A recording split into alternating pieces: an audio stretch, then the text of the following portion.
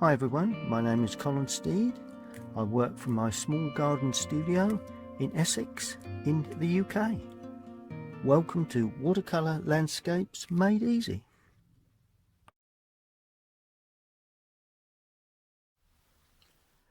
Well, I'm going to run you through the basic materials that I would suggest you acquire. Now, there's all sorts of materials, prices and brushes, different makes of paints, but basically this is a suggestion of what you really need to start painting in watercolour. We've got varying mixing trays here, as you can see. We've got 3 brushes, we've got the tubes of paint, we've got a pencil, I've got a sharpener there and a rubber there just in case, varying mixing trays, and of course the masking tape for securing the paper. Kitchen roll, that's very important, paper towel of some sort, and a water container. So what I would like to do is to run through those individually so that I can tell you more about each individual element of the materials. Okay, well, those are basically the materials you need, really. You need a mixing palette, somewhere where you can mix and somewhere where you can squeeze the tubes in, because I like working from tubes. Those are the tubes of paint. Obviously you'll need a pencil, and a putty rubber is ideal. For this particular beginner's course you will only need 3 brushes, and of course your watercolour paper and a couple of other things. A water container, could be glass but I've got a plastic one there, and some masking tape, could be any masking tape, but they are the basic materials that you need to start to paint. First thing I want to do is to have a look at each individual part of those materials, so I can get all the sizes and colours and everything you will need. Well, let's start by looking at the paper. I prefer Bockingford paper, £140 in weight, purely because it's quite a nice white paper. It's not that expensive. That's a small A4 sheet of it, but that does come in these type of books. This is just a manufacturer here in the UK, but you can buy them in other forms throughout the country, obviously online, and I use them for general sketches, so it's a good thing to start with Bockingford paper.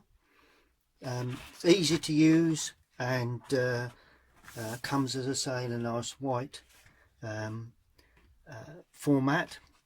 It's £140 Bockingford, not surface watercolour paper. So that's the paper. Next we have the pencil. Really only need 1 pencil. That's a 2B, and that's the make there. 2B pencil, sharpened with a putty rubber. I would recommend a putty rubber. The reason they call it putty rubber is that, as the name suggests, it's quite soft, and if you actually, when you mark on the paper like that, when you come to rub out, because it's so soft, it doesn't actually tear the paper. There we go. Look, rubs out perfectly without tearing the paper. If you use a hard rubber, then you'll find that'll spoil the surface of the paper. When you paint on top of it, you will get a little bit of mottling. So that's what I would recommend: a putty rubber and a 2B pencil, any make really, but that's the make that I've got there. Next comes the brushes, which are, I've got a number 6, a number 8 and a number 12. Now I've got two makes there, which are Pro Art with the red tip, Series 100. This one is a Rosemary & Co. That's a Series 344. They don't have to be that particular make, but any reasonable quality brush would be sufficient really. They point well, and those really for the beginner's course are all the only 3 brushes that you will actually need. Now the palettes, well, they come in lots of different shapes and sizes, but I mean, let's have a look at some smaller palettes there. Which are all very good. I mean, these palettes are useful, but I prefer to have a palette with mixing sections plus small sections to squeeze the paint from the tube. I prefer using paints from the tube because you can squeeze them in, allow them to dry, and once they're dry, you just stimulate them with water. If you use them straight from the tube, they can be a little too loose. You pick up so much paint, before you know it, you end up using more paint than you really need. These little palettes here are very useful, but as you can see, I've got colour in there, but there's very little mixing area. You could combine that with that, so you could use that for some of your paints and that for mixing. But of course, if you've got a tray like that, then you have everything you need. They're not very expensive, fairly inexpensive. And what I've done here, I've put in the colours, and I've put on a piece of tape with the names of the colours on their corresponding sections. So that way, when you're learning, you learn to pick up, you know, lemon yellow, cadmium lemon, ultramarine, whichever colour you're going to use. They would be that'd be my recommendation. Now the paints, well, for the beginner, the Cotman colours by Winsor & Newton are adequate. They're not that expensive, and I would say that they're quite adequate if you're a beginner. If you want to move up at a later stage, then the artist quality, or as they are called today, professional quality, what they're called as professional watercolours. I would say that if you've painted before and this is just being used as a refresher course, then you could upgrade now to a professional quality or artist quality. But if you're an absolute beginner, then really the Cotman, Winsor & Newton Cotman, is probably the first choice, because they're not as expensive, they're not quite as good, but there's no reason why you shouldn't paint very good watercolours with them. So that's really the paints and the trays.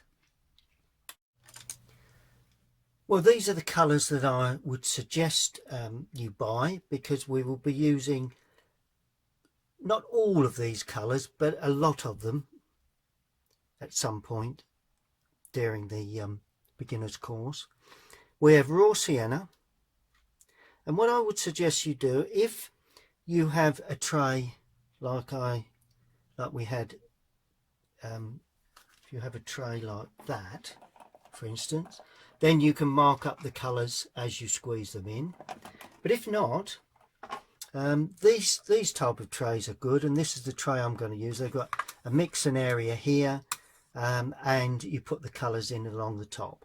So we've got raw sienna, we've got cadmium yellow, we've got burnt sienna, burnt umber, alizarin crimson, cadmium red, cobalt blue, ultramarine blue, and Windsor blue. Now, what I've done here, I've stimulated the paint with water, and I've just drawn in each individual colour, and above them I've written the colour they are. So that's all very useful. So when, you know, I say, well, raw sienna mixed with cadmium yellow with a touch of cobalt blue, you can easily spot where they are. And if you leave them in that order, then you'll gradually learn where they are on your palette, and you just automatically dip in as I speak. We've got two yellows, as you notice. One is quite a dull yellow, one is quite a bright yellow.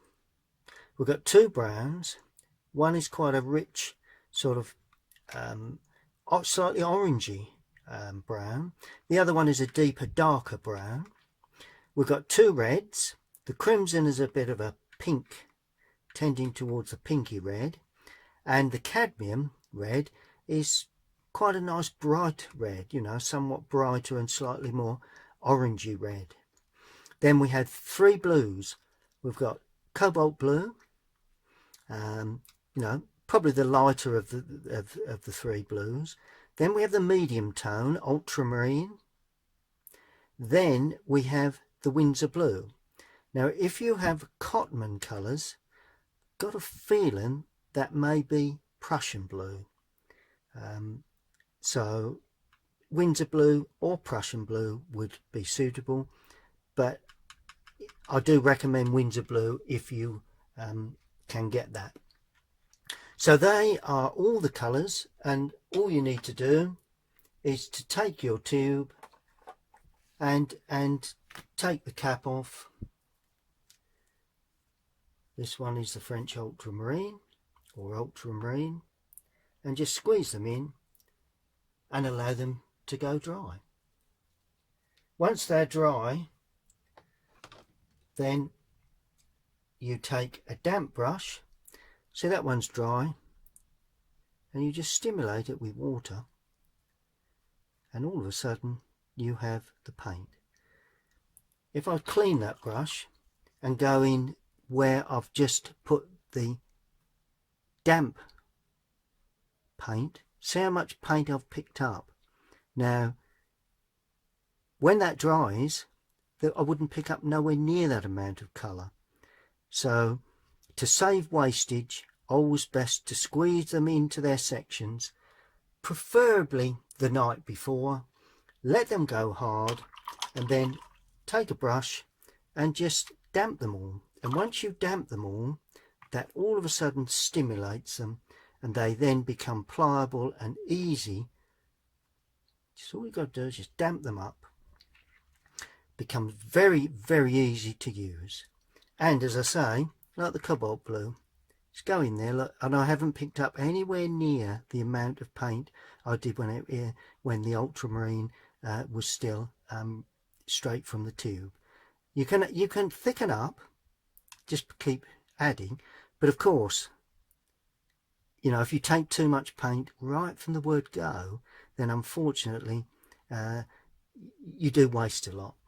So that basically is the principle behind the colours.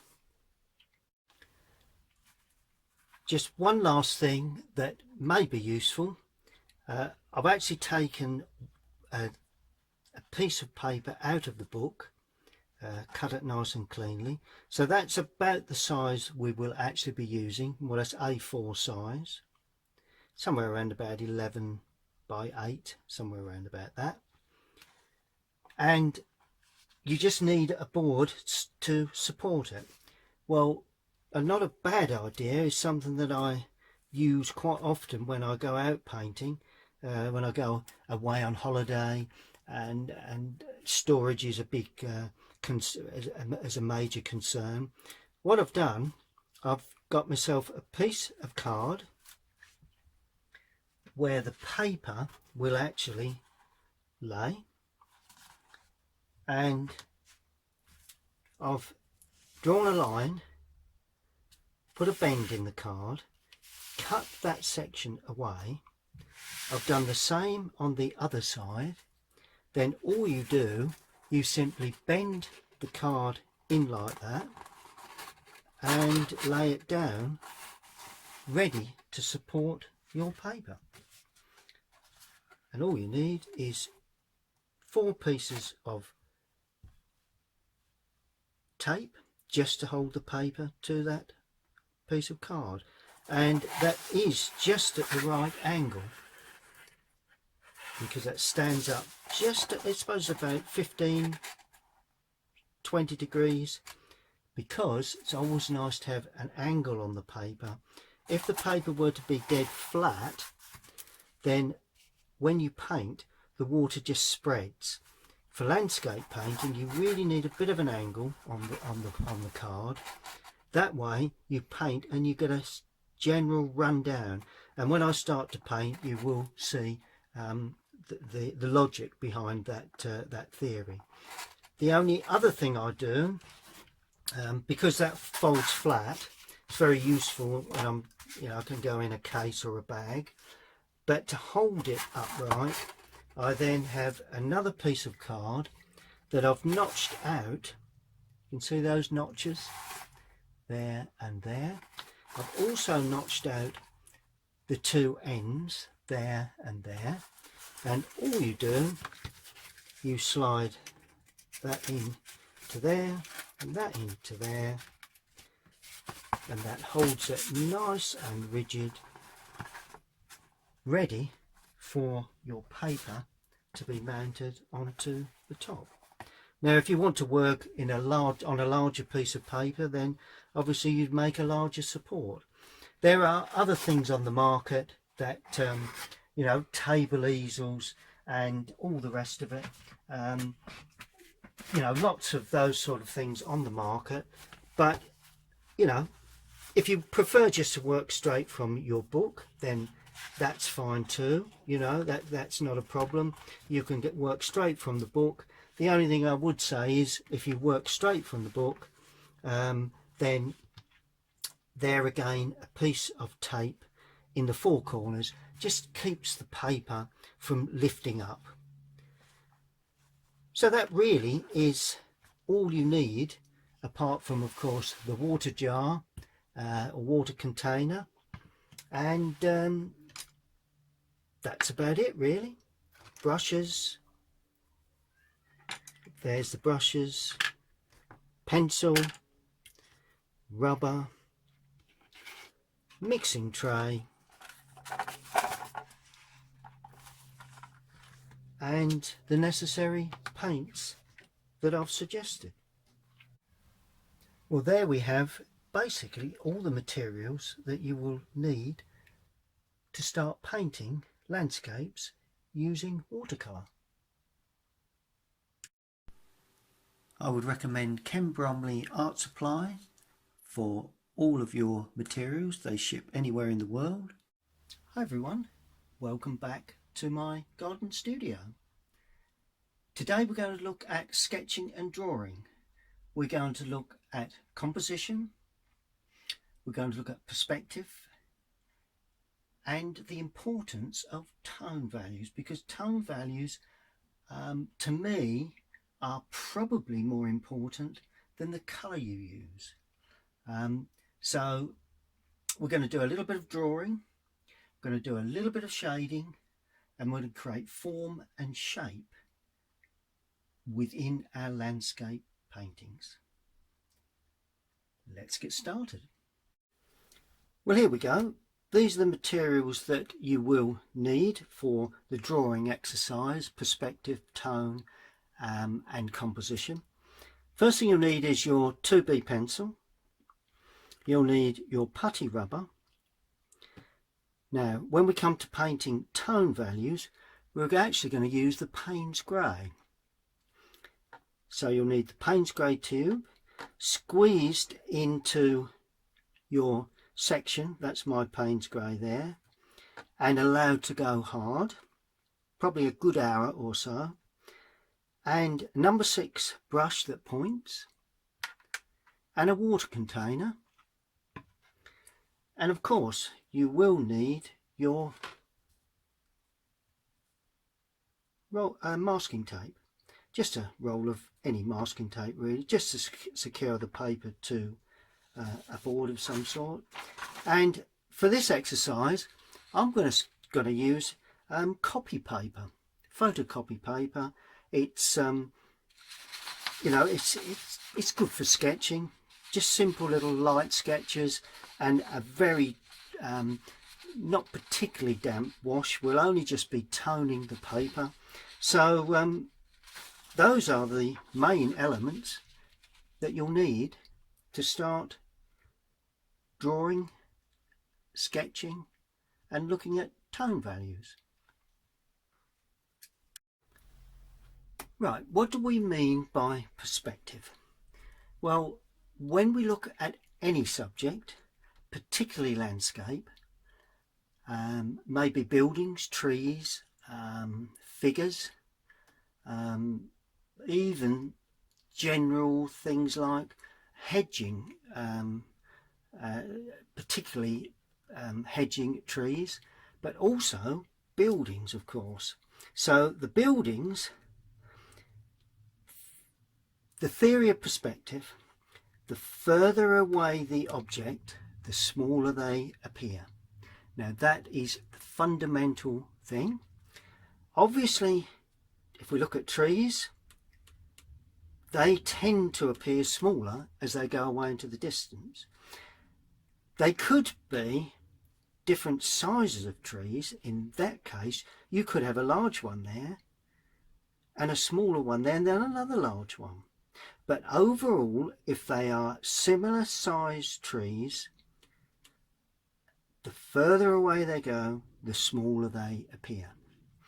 When we look at buildings, we've got 3 same size buildings here along a street, but they appear smaller as they go away into the distance. And in this particular, this is overshown really, because quite often perspective, what we call the vanishing point, is not dead center of your paper. But all I need you to understand is that when you look at objects, make certain that you realize that objects appear smaller as they go away into the distance. If we had figures standing at that door on the pavement, the figure would probably be around about that sort of height there. So there's a figure there. Funny looking figure, but there you go. Okay, there's a figure. Okay, that same figure would be the same height on the door, but nowhere near as tall. And another figure here would be the same height, even smaller. So that way you get your graduation going away into the distance. If that figure were to be as big as that figure would appear a giant against the distant building. Now obviously when you draw a building in perspective, you will notice that the corner nearer to you is taller and longer than the corner on the opposite side of the building. So that gives you a slope on the top and even more of a slope on the apex, on the ridge tile of the building roof. Windows follow that same pattern, getting smaller. That window is larger than that one. That window is larger than that one. They've all got their perspective. Then when you come to the same size building in the same row, then obviously you continue the line through that you've drawn, that you continue that through, and where it sits on the ground may be that it sits quite flat, and if that would be the case, then your vanishing point would be somewhere around there, and everything would slope to that. So it's observation really. There's lots of books on the market regarding perspective that go into it in real depth, but I would say that when you're learning, you don't want to get bogged down with just purely perspective. You will gradually learn perspective. The more you draw, the more you observe, the more you will get used to drawing perspective. So summing up, when you paint or draw buildings, just be aware of the angles of the roof lines, the windows, doors, and where they sit onto the ground. They can vary immensely. You can get a small building and a larger building there, so the perspective would be slightly more acute. But this is all about observation. So, observation is the key to learning to draw perspective. The more you observe, the better you will get. The more you draw, the easier it will become. Right, well, there is the same subject, only this time with tone values. Before, everything looked very, very flat. We'd got perspective, we could see that they go away into the distance, but we hadn't got a sense of direction of light. But of course, since ever you put, it's a matter, this one is just one tone wash onto one side of each object, and that will immediately give you form. You can tell which way the sun is coming purely by looking at the sunlit sides of the building. The sun is coming from the right hand side, sweeping onto the fronts of the buildings, so the trees are dark, the trunk is dark on the left hand side, the right hand side is very light, then the next tree is dark, but the separation is the light area for the other side of the tree. Right. The same there, and progressively all the way to the end of the row of trees. And of course the shadows they produce, because of perspective, the shadows they produce are nowhere near as large as the tree itself, or as wide. They can be much taller. Obviously the sun is probably at about that sort of angle because the top of the tree is finishing there. But if the sun were to be lower, you'd have an even longer shadow, and that would probably finish somewhere there. A lot depends on height of sun, but there again, it's observation. There's nothing beat observing. So this is why I say to people, the more you draw, the better you will be able to paint. It is the key to the whole thing. The more you draw, the more you observe, the easier the subject will be to paint. And if you notice, it's just a thin line because it's what we call foreshortened. When you look at if you were to get a light coming from behind the tree, then the shadow would be exactly the same size as the tree. But of course, as the sun comes around and the shadow moves, it gradually gets narrower and narrower until you get a sunlight coming right from the right hand side, and you're looking down the street. To see that in full size, you'd have to be looking down on top of it from above. So that's another thing to be aware of. But observation again, next time you're out and you look at a tree, just make certain that you think, you observe, if the sun is out, you observe the shape and length of the shadow. Now the buildings.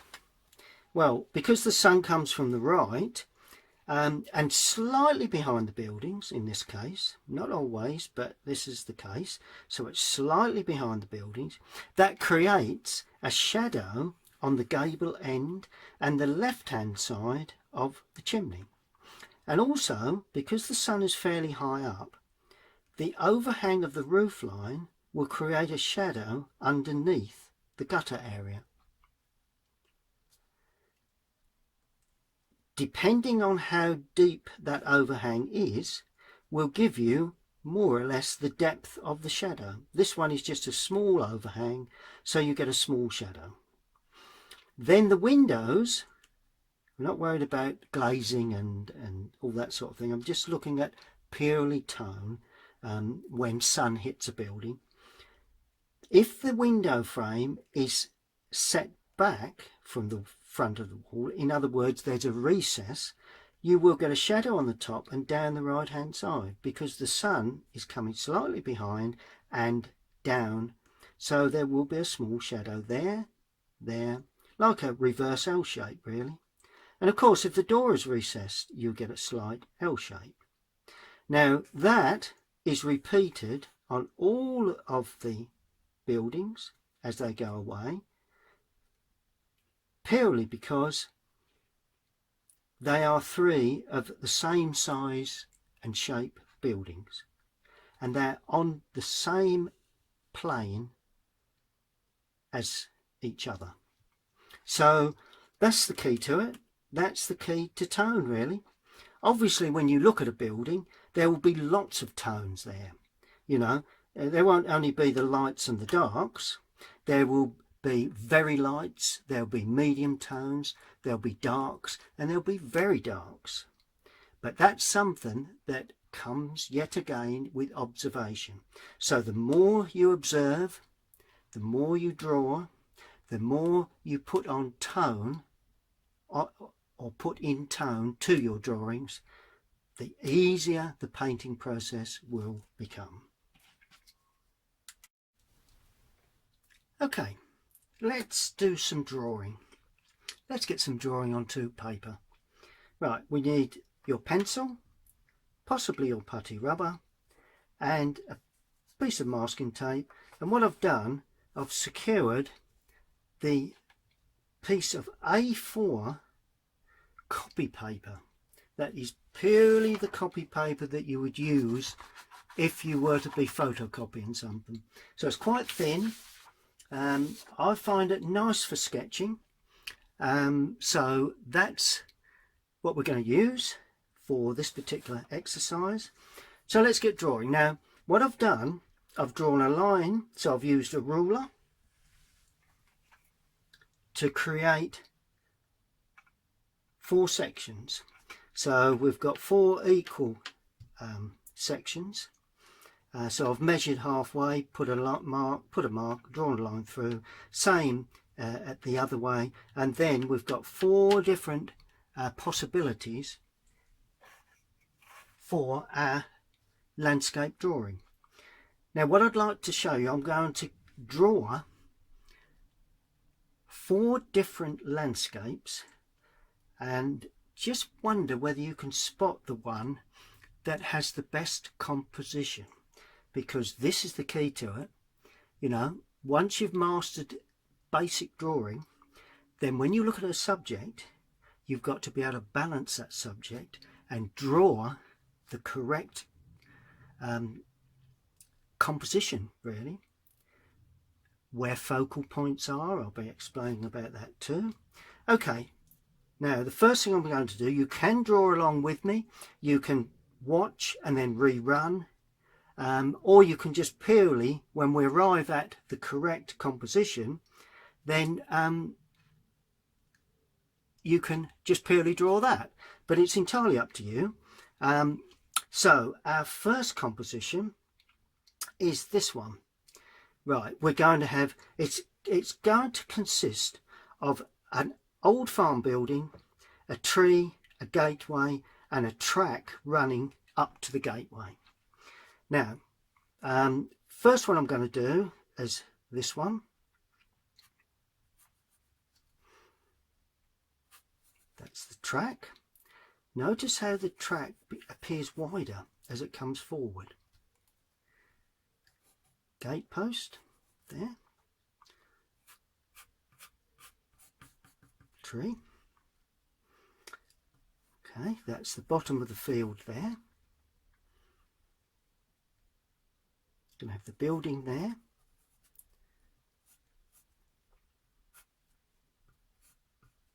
We're not looking at perspective. There may be a little perspective, but not a great deal. Let's put a door and a small little window in the barn, and of course the frontage of the barn, the opening. Typical really of an old stone barn in the Cotswolds. Lovely part of the country. Cotswolds in Gloucestershire here in the UK. Right, bit of hedging, right, bit of fencing running into the tree like that, and a little bit of small shrubbery there. That's composition 1.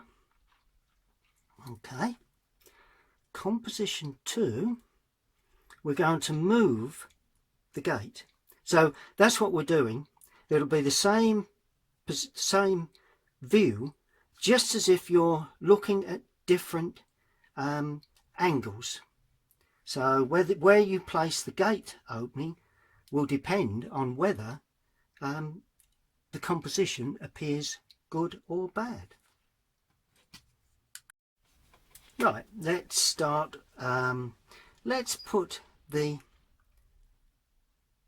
let's put the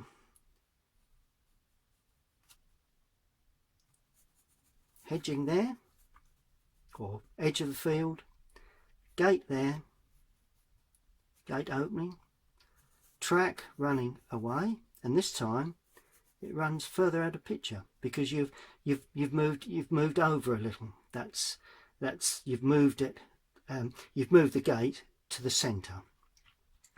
Then we have the large tree here. That's that one.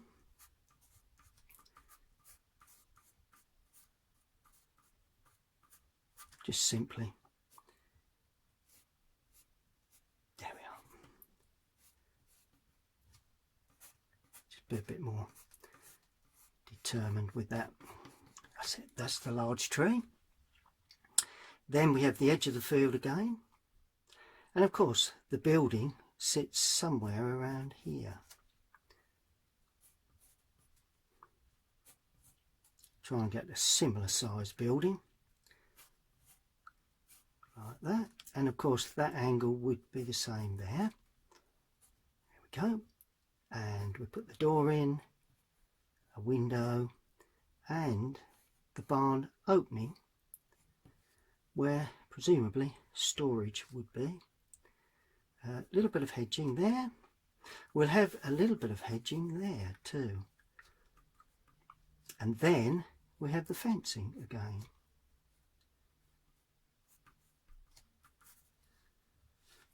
Brilliant. So that's the same subject, but we've moved the tree over with the gate dead centre, the gate opening. We haven't got a gate on there, but it's an opening. Good. So that's the 1 and 2 compositions. Okay, then the third composition. Okay, right. So what I'm going to do here,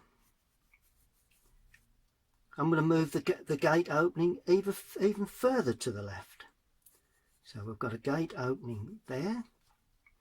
We've got the track that runs right out of picture now, there. Then we have the large tree that will actually sit quite well into the picture.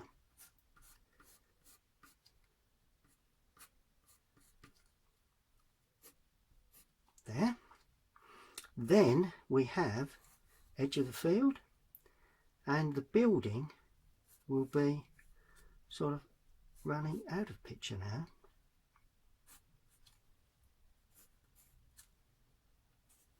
So we really only see the gable end of the building. We don't even see the opening. And then we've got fencing, put that in.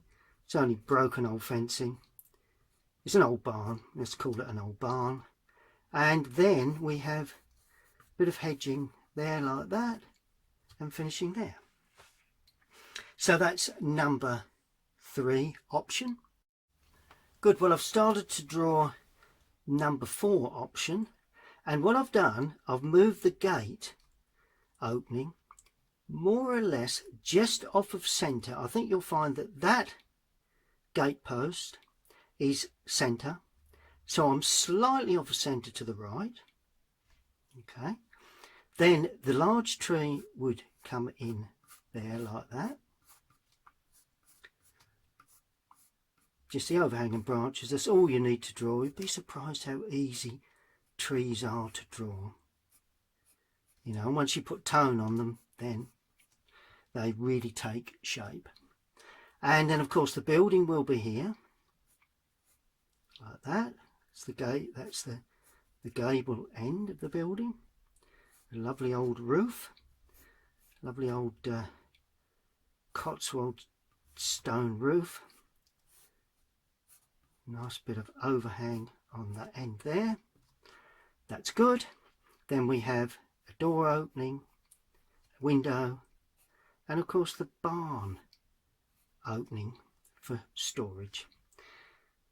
Then we have a bit of hedging just running out of picture. Then we have the fencing there, and we have just like a hedge really that holds in that right hand side. Now that to me is our 4 options for the composition. Now let me just run through them. Our first option is pretty good composition, not too concerned with that one. It's a possible, but you've got to remember the eye is led into the picture by the track in all of these cases. Okay, so the thing is that the focal point really is around the gate. The eye is led in, the gate more or less holds the eye. In this instance I've not got any fields in the distance. I could just draw in a bit of edging on all of them where the edge of the gate, you know, the track finishes. There may be some hills in the distance, a field, or you know, it could drop down and could be a valley behind there. But either way, the eye is led to the opening, right? It's where you put that opening. You'd think it would be where you put the barn that gives you the balance, but it's where you put the opening. Now I've elected to put it well off of centre to the right in this instance, so we can only see half of the large tree. We can see all of the barn, we can see the hedging and a small shrub, well, could be the start of a larger tree later on, running out of picture. Okay, now that's not a bad composition, but it's not perfect. It's not well balanced. It's all about building, and sometimes the building is important, but if I were to be drawing this purely for the building sake, I would hone in onto the building and not include the trees either side. So that's number 1. Now number 2 composition, I've actually moved the gate slightly off of centre to the left. Now this one is getting there purely because we've got all the elements required. We've got the building, we've got the tree. I've had to add a piece of hedging there at the expense of that hedge that's out of picture now. But overall it's a pretty good composition. But even so, it just feels as if there's a large space there that could do with something. Okay, so when the eye is led into the gate, you look at the barn, you look at the large tree, but then you look at that large area there, and I personally feel that the eye tends to wander out of picture. You want something where the eye goes to the barn, back to the tree, back to the opening, and you want to then look into the picture. In this case, it goes to the barn, the tree, possibly that large area there, and all of a sudden the eye slips out of picture. So, not ideal. That I probably wouldn't use either. The next one, number 3, I've moved the gate completely off of centre to the left. Now that brings our large tree almost on centre. That then pushes the barn almost, well, certainly 3/4 out of the picture. So you've only got the gable end. It becomes all about the tree, which is sometimes good, but then it leaves a really large gap here. The eye is led into there. It's not really attracted to that. The barn is not enough of the barn to attract the eye. It's all about the large tree. But then, of course, the eye goes to either side, and there again, it can slip out of picture to the right, even more so than that one. So, you know, it's where we put the gate opening in this particular instance.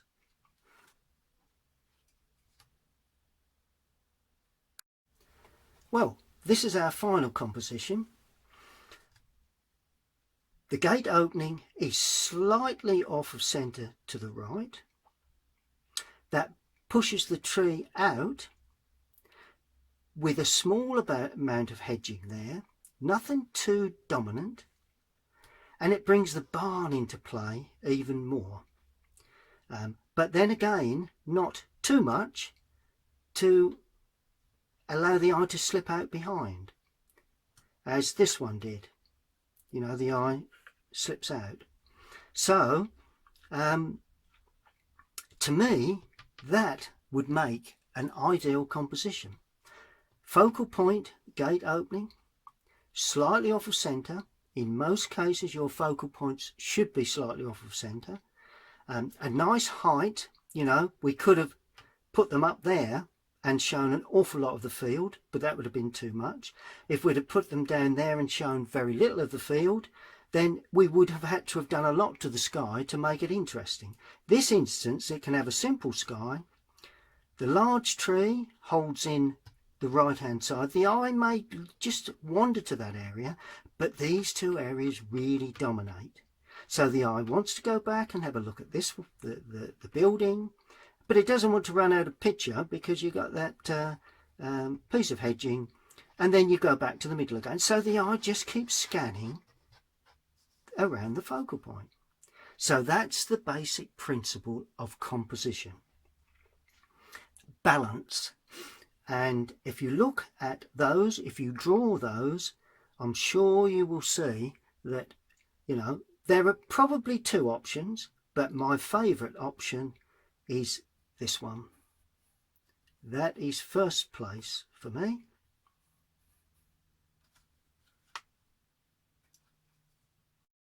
Okay, well, what I'd like to do is put some tone onto this one, because that's our best option as far as I'm concerned. So it's all about putting tone on. If you remember the tone on the street scene, and we're going to have the same thing. We're going to have the sun coming from the right, catching the front of the barn there, and the right hand side of every single object that's there. Very little there. Not going to paint the sky, not in this case, because I don't think there's any need for that. I have got kitchen paper just in case you need to take a bit of water off or paint off of the brush. But overall, I've already gone in with Payne's Grey for, I'm not using the artist quality because I believe most of you will be on the Cotman. So that's what I've got here. So it's all about the tone of that. It won't be as blue, but it will be the tone. Now when you mix, tone will depend on how much paint you put in. Don't use white. Never use white in pure watercolours, at least not unless you really want final highlights. Certainly when you're sketching, I've not added white to the list, and I not intend to use white for the watercolour course. But first thing you need to do is to look at the shadow sides. I'm not going to put on too much intermediate tone, but we will do a little bit more to show overhanging shadow work. So let's put in the very light tone first. So plenty of water, very little paint, and if you've allowed the paint to dry overnight, then you will only be picking up a little paint each time you touch it, so you can control the amount of paint you have. Now this will give you the sort of like the lighter shadow work. Okay, so the lighter shadow work. Well, let's start with the building. Now paint it on quickly and freely. We're painting on a flat surface, so we only want to put on very light washes. So paint across like that, down like that, and down like that, and then just leave it. There we are. That is the side of the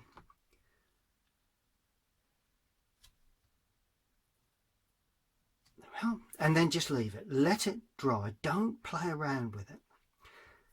Okay, now I'm going to paint the left hand side of the tree. Now tops of the tree, use the point. Just like that. If you watch the demonstration, you'll gradually get the idea of how to paint these lovely large trees. A little bit that side, not too much. Reload. Don't allow that brush to dry. Once it dries, then you lose the flow of colour really. And just keep reloading. That's the shadow side of the tree. Then we have the shadow side of the trunk, and it will also be a little bit dark underneath as well. But you can just leave that light right hand side. We may put a medium tone on that very shortly. With the same mix, put in not the top, because that's really in sunlight, maybe a little on the left at the top, a little as you come down, but the left hand side, let's just keep adding more paint. There we are. The left hand side and the underside of that hedging will have a lot of colour like that. So that's the hedge that's running in, sunlight catching the top. Good. Now when we have, let's just do this hedging here. So it's a little bit of light on the top, quite dark where it meets the building, and certainly along the bottom edge. So that's our hedge that runs out of picture. Good. Well, there now will be some other little light areas that will just sort of help with the composition. So let's do the gate posts with the same mix. You know, may just leave the pencil work for the gate itself. We will see a little sort of shading here and there along the track, so just dotted around, and if you notice, I'm larger there than I am there because of perspective. You get a tuft of grass creating a shadow here, same size tufts of grass there would appear smaller. So that's always, you know, something to really think about. There's also a reverse L shape there for the building, for the door itself, because it's slightly recessed. There is one for the window, although that's actually in a touch of the shadow, but it's enhanced it by doing that. Good. Now I'm going to put a little light shadow on the sunny side of the trunk, because the trunk is probably dark, obviously being oak or whatever, so that is probably very dark. Then we have a bit more water, then we have a shadow running from the trunk across towards the track. Remember I said it has to be foreshortened? It drops down into the track like that, and it runs along the track. Whether it does go up the other side, wouldn't like to say completely, and it may just stretch a little bit that way if we've got overhanging branches. Good. Perfect. Allow that to dry before we put in just a little darker tone. One thing to note as it dries, that the areas that are very damp appear darker. See, we've got a damp area there, and that's very light. It's because that is completely dry and that's still a little damp. Same here, a little lighter.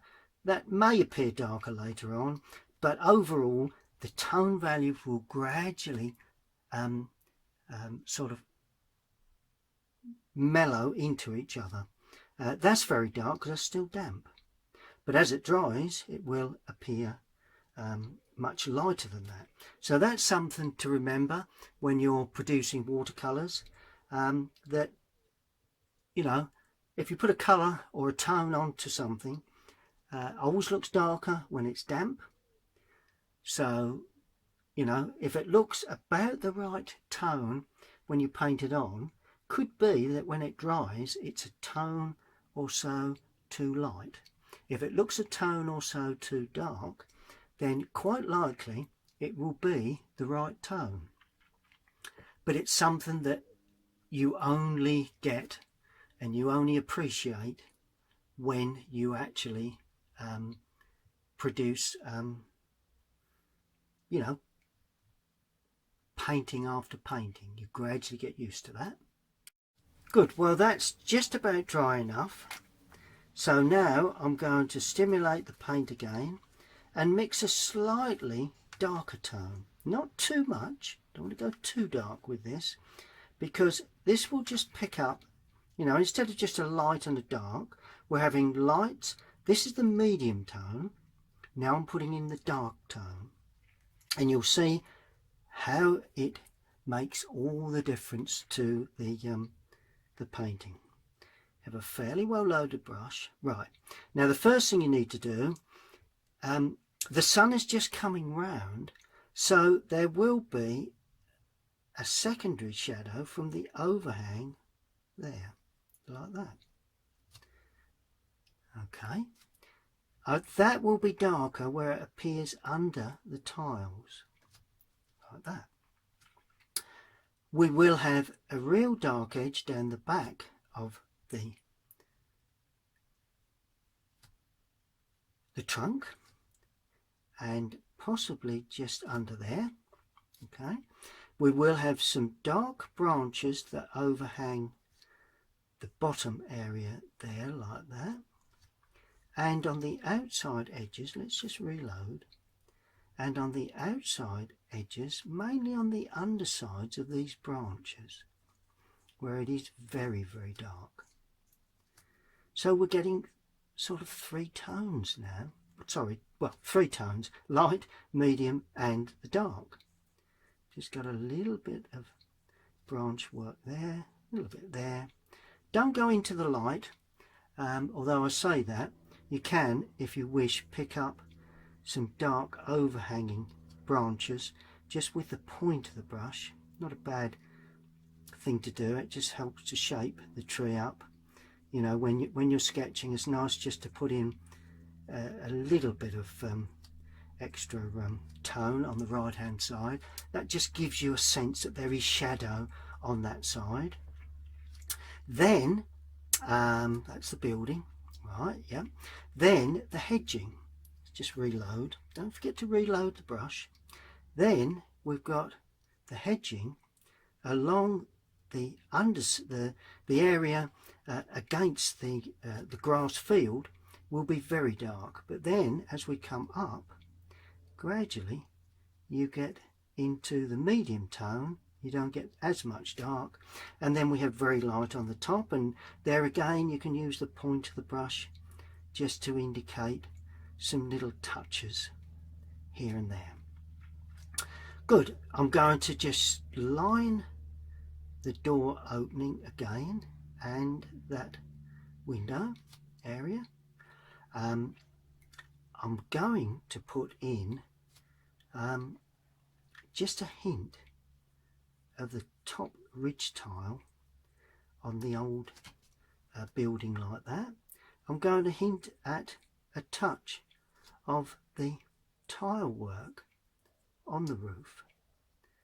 You don't need to be too precise with this, and that is going to be quite uneven because that's an old tile roof. Good, and all of a sudden we're beginning to build up tone, lights and darks. And what I'm going to do, I'm just going to take a little bit of paint off the brush, because where the shadow is near the trunk it will be quite dark.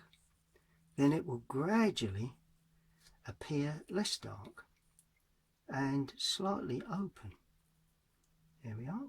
So that all of a sudden gives you a nice feeling that the trunk sits into the grass part at the base. Then we have, let's just reload the brush again, the dark underside there where the hedge tucks under away from the light, and we have one or two little touches of dark area at the top to create feeling the hedge just goes around by the barn door opening, and the left hand side of the gate post there and there helps to sharpen that up, and there's always little tufts of grass around the base of these, so with the point of the brush just show some little tufts of grass, you know, just little dots. That's all you need. Then along the track there, just one or two. We don't want to overdo this.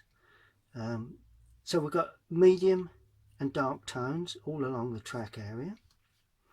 Maybe that you'll see one or two little touches here if you watch that, and it will just run across the shadow area as well. There we go.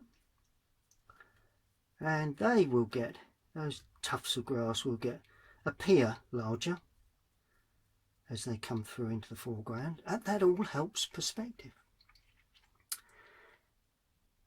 Good. Let's have a look at the door opening, or the opening of the barn. Now the barn opening, it's an opening, so it's not like a door. So that's a door, right? So that's solid just with a shadow. This is an opening. So we put in, let's just mix quite a dark mix for this to start with. Just let me show you how to do this before you paint. It's going to be very, very dark at the top and down the right hand side, but of course then we will probably see objects just near the door there. So you don't do anything with that. So you just put the dark top down the right, create a shape there, little dot just formed. Well, let's just use the point of the brush just to create a sense of something going on there. A little bit of grass is there, a little bit of grass is there, and all of a sudden the building sits in. You've got the dark opening but there's something inside. But this is just a door, so we'll just put some form of, let's put the hinges on. Be a hinge there, with a handle just about there. And that just shows it that that's a door. So the difference between a door or a glazed area, which would have dark glazed areas, and an opening is that an opening you can see inside. A glazed window more often than not is either reflection or very, very dark panes of glass. And of course, once you've completed that, then as you should do with any of your drawings, sign it. Now you can sign it in the paint, but I'm going to sign it in the pencil that I used. So that is my sketch. Let's have a closer look at that sketch. Good, well I've pulled it in a little closer just so you can see a little clearer of exactly my sketch. You know, quite often when you're learning you won't actually produce that correctly first time. I don't know, I mean you may do. If you're an improver, then obviously you probably should get somewhere near it at this point. But if you remember, we produced the drawings, we produced 4, we found that this was the best composition. The barn to the left, the gate opening slightly off centre to the right, with the large tree, you know, a third of the way across the paper. Then we put in, after we'd produced the drawing, we put in a light tone wash on the semi-shadow sides and a dark tone wash on the overhang of the roof lines, the real extremes of the overhanging branches, the extreme of the trunk and the early stages of the shadow. And of course where because the sun is slightly behind the hedging areas, they are also extremely dark anyway. So I hope you've enjoyed that. So that is the finish of this sketching and drawing section. I hope you've enjoyed that. Please keep sketching and drawing, and if you do draw, you can shade with the pencil, but I would prefer to shade with the watercolour Payne's Grey, because then it gives you an insight of how the paints will flow when you come to paint a picture of this sort of subject. Thank you very much for watching.